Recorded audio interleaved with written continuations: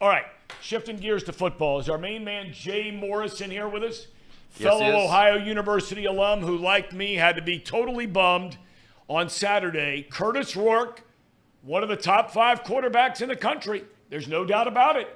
And he comes back from that ACL at the end of last year, reigning MAC Player of the Year.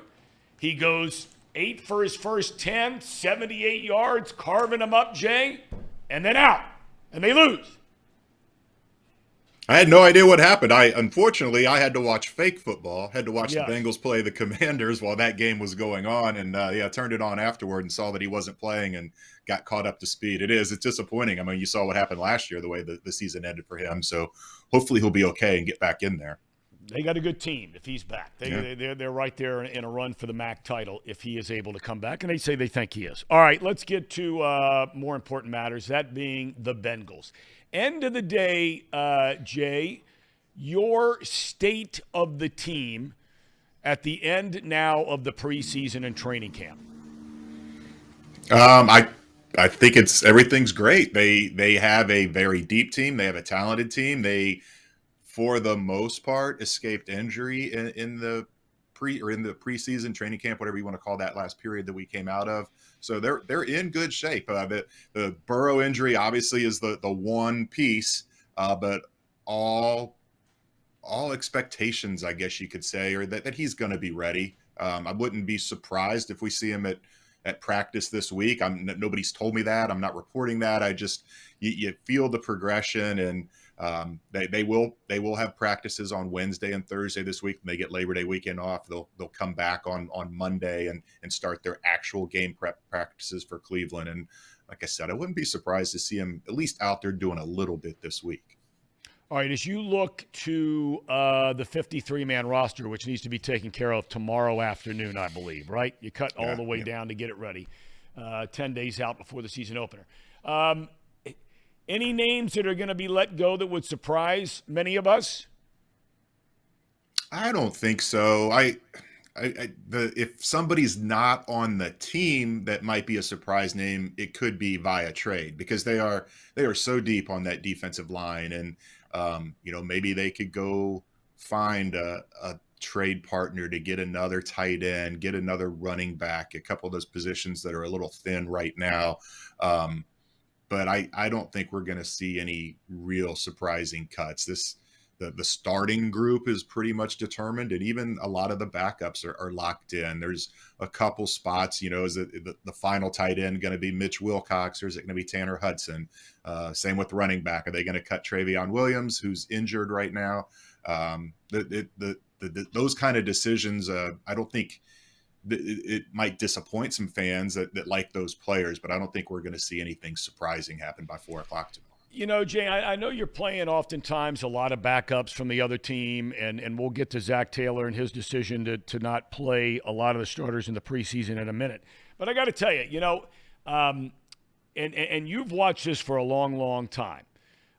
When I watch the Johnson kid on the defensive line, okay, and the guy, you're just going out and making plays, right? That's all you're doing is going out and making plays, which were few and far between on that defensive line outside of here and there last year in terms of getting to the quarterback, knocking down passes, strip sacks, et cetera, et cetera. There wasn't a lot of that going on last year. I look at him and I look at Yoshi at wide receiver, and I say to myself, hey, okay, I know you got Boyd, I know you got Huggins, I know you got Chase, but these two guys just look like players. Mm-hmm. I mean, I think Yoshi's a lock to make this team. I'm not sure he's going to be he's going to be one of the 46 that dresses, because I expect Charlie Jones to make this team too, the rookie fourth round pick. And he's probably going to be their punt returner. So he's going to be active. I don't know how many wide receivers they're going to dress. The big question is Stanley Morgan. Does he make this team? Do they cut him and put him on the practice squad? And then does he even make it to the practice squad? He could get claimed. But then if he's around, either as a member of the 53 or if he's a practice squad guy that gets elevated on game day, he's probably going to be a guy that they dress because he's so valuable in special teams. So, yeah, Yoshi, I think he's making this team. I'm just not sure how soon we're going to see him actually in games unless there's an injury.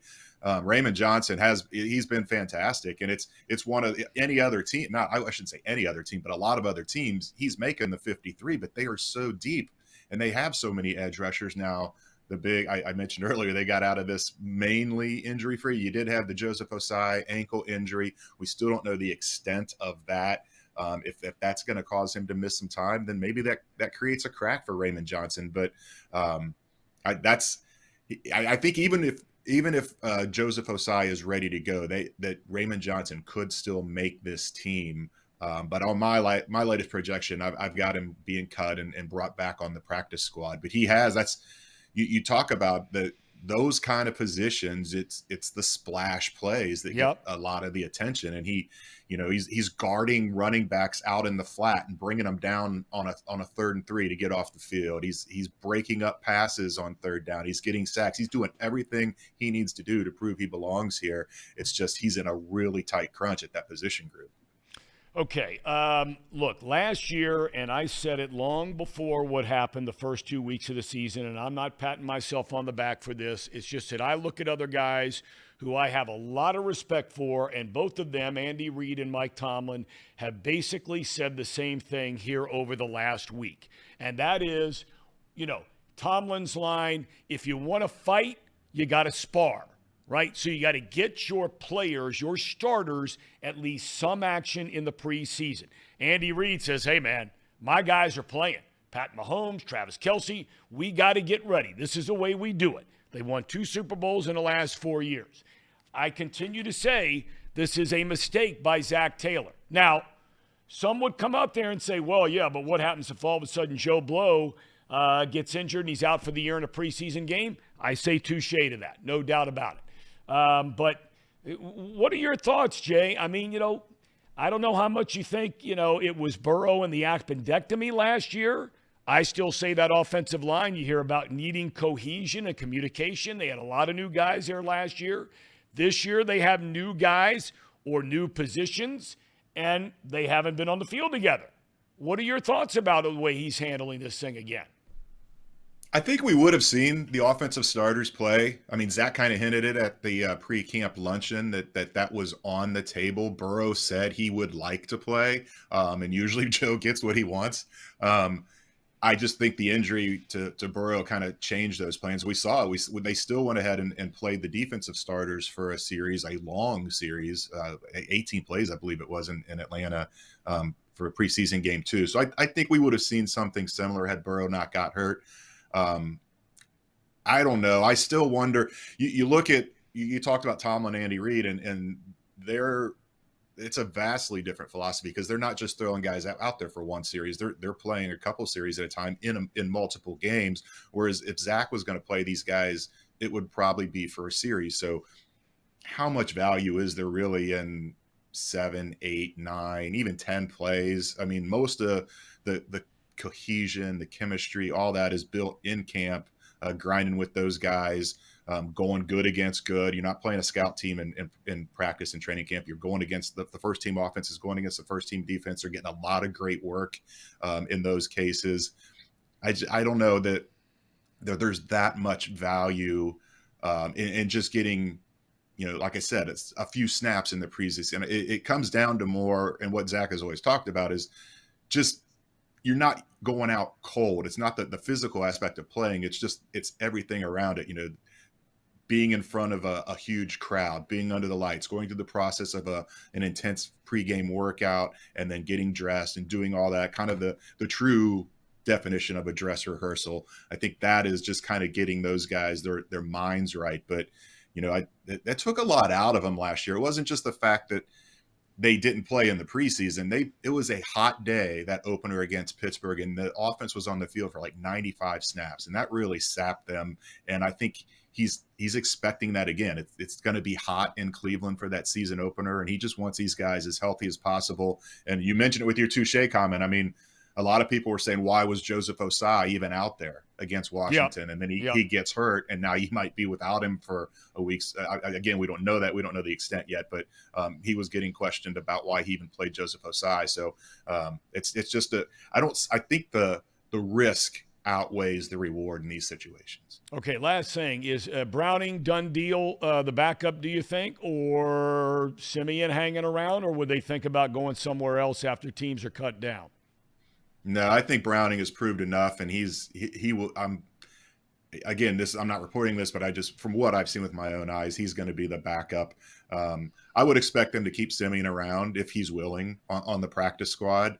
I just saw Detroit's backup quarterback suffered an ACL, so maybe it's Trevor Simeon, someone like that, gets plucked if they try to cut him and put him through on the practice squad, or maybe he says he doesn't want to be on the practice squad. But yeah, I think Jake Browning has done everything they asked him to do. He didn't set the world on fire, but he clearly got better as camp went along. And 2 of his last 3 drives were touchdown drives. That third one was going in a good direction until a really bad face mask penalty on offensive lineman Trey Hill put him in a 3rd and 18 they couldn't overcome. Browning completed his last 10 passes, made plays with his feet, either scrambling or making throws on the run. He got better as camp went on, and that's what Zach was looking to see, someone to step up and grab that and not win that position by default. If Saturday at Washington had looked like the first couple of preseason games, I think we might have seen them go out and get Brandon Allen if he got cut by the 49ers, but I don't see that happening now. I think that Jake Browning is QB2. All right. Jay, we thank you so much for your expertise and your time, my friend. All the best, Jay. Jay Morrison at ProFootballNetwork.com. We thank you, sir. Thanks, Thom.